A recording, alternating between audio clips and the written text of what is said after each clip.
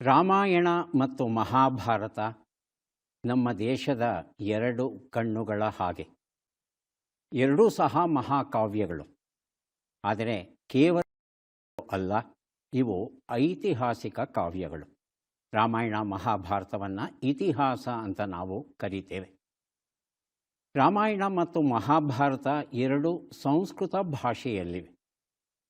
ರಾಮಾಯಣದಲ್ಲಿ ಒಟ್ಟು 6 ಕಾಂಡಗಳಿವೆ, 50 ಸರ್ಗಗಳಿವೆ, 24,000 ಶ್ಲೋಕಗಳಿವೆ.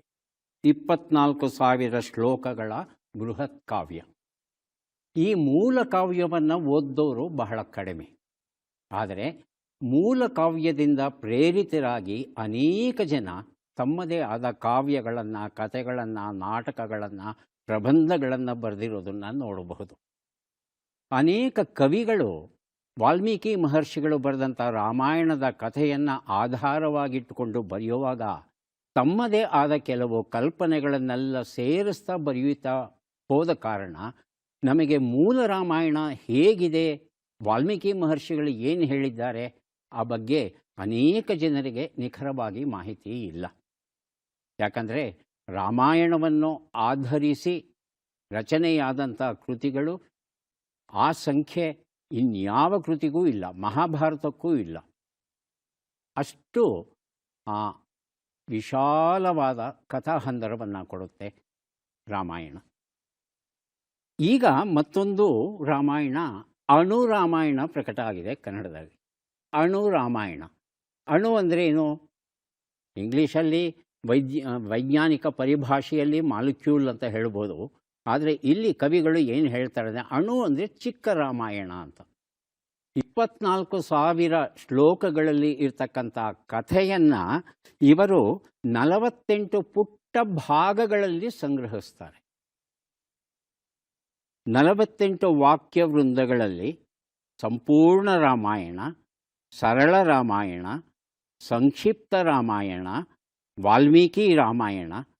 ಇದು ಪ್ರತಿದಿನ ಒಂದು ಅರ್ಥದಲ್ಲಿ ಪಾರಾಯಣ ಮಾಡಲಿಕ್ಕೆ ಉಪಯುಕ್ತವಾಗುವಂಥದ್ದು. ಮೂಲ ಕೃತಿಯನ್ನು ಓದಬೇಕು ಅನ್ನೋ ಆಸೆ ಬಂದರೂ ಸಹ ಅಷ್ಟೊಂದು ಶ್ಲೋಕಗಳನ್ನು ಯಾರಪ್ಪ ಓದ್ತಾರೆ ಅಂತ ಹಿಂದೆಗೆಯುವ ಸಾಧ್ಯತೆ ಇರುತ್ತೆ. ಆದರೆ ಒಂದು ಸಲ ಈ ಪುಟ್ಟ ರಾಮಾಯಣವನ್ನು ಓದಿದ್ರೆ ವಾಲ್ಮೀಕಿ ಮಹರ್ಷಿಗಳು ಏನು ಕಥೆ ಹೇಳ್ತಾರೆ ಅನ್ನೋದು ಗೊತ್ತಾಯಿತು ಅಂದರೆ ಹಾಗೆಯೇ ಯಾಕೆ ಮೂಲವನ್ನು ಓದೋದಕ್ಕೆ ಪ್ರಯತ್ನ ಪಡಬಾರದು ಅನ್ನೋ ಆಸೆ, ಇಚ್ಛೆ ಮೂಡುತ್ತೆ. ಹಾಗಾಗಿ ಈ ಪುಟ್ಟ ಪುಸ್ತಕವನ್ನು ಬರೆದಂಥ ಡಾಕ್ಟರ್ SLN ಸ್ವಾಮಿ ಇವರನ್ನು ಹೃತ್ಪೂರ್ವಕವಾಗಿ ಅಭಿನಂದಿಸಬೇಕಾಗುತ್ತೆ. ಸ್ವಾಮಿ ಅವರು ಮೂಲತಃ ರಂಗಕಲಾವಿದರು, ರಂಗಕರ್ಮಿಗಳು. ಅವರು ಅನೇಕ ಕೃತಿಗಳನ್ನು ರಚಿಸಿ, ನಾಟಕಗಳನ್ನು ರಚಿಸಿ, ರಂಗದ ಮೇಲೆ ಯಶಸ್ವಿ ಪ್ರಯೋಗಗಳನ್ನು ಮಾಡಿ ಹಲವಾರು ದಾಖಲೆಗಳನ್ನು ಮಾಡಿದವರು. ಅವರು ಮಕ್ಕಳಿಗಾಗಿ ಈ ಪುಟ್ಟ ರಾಮಾಯಣ, ಅಣು ರಾಮಾಯಣವನ್ನು ಬರೆದಿದ್ದಾರೆ.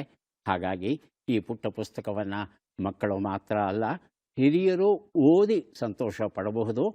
ನಂತರ ಮೂಲ ರಾಮಾಯಣವನ್ನು ಓದಬಹುದು.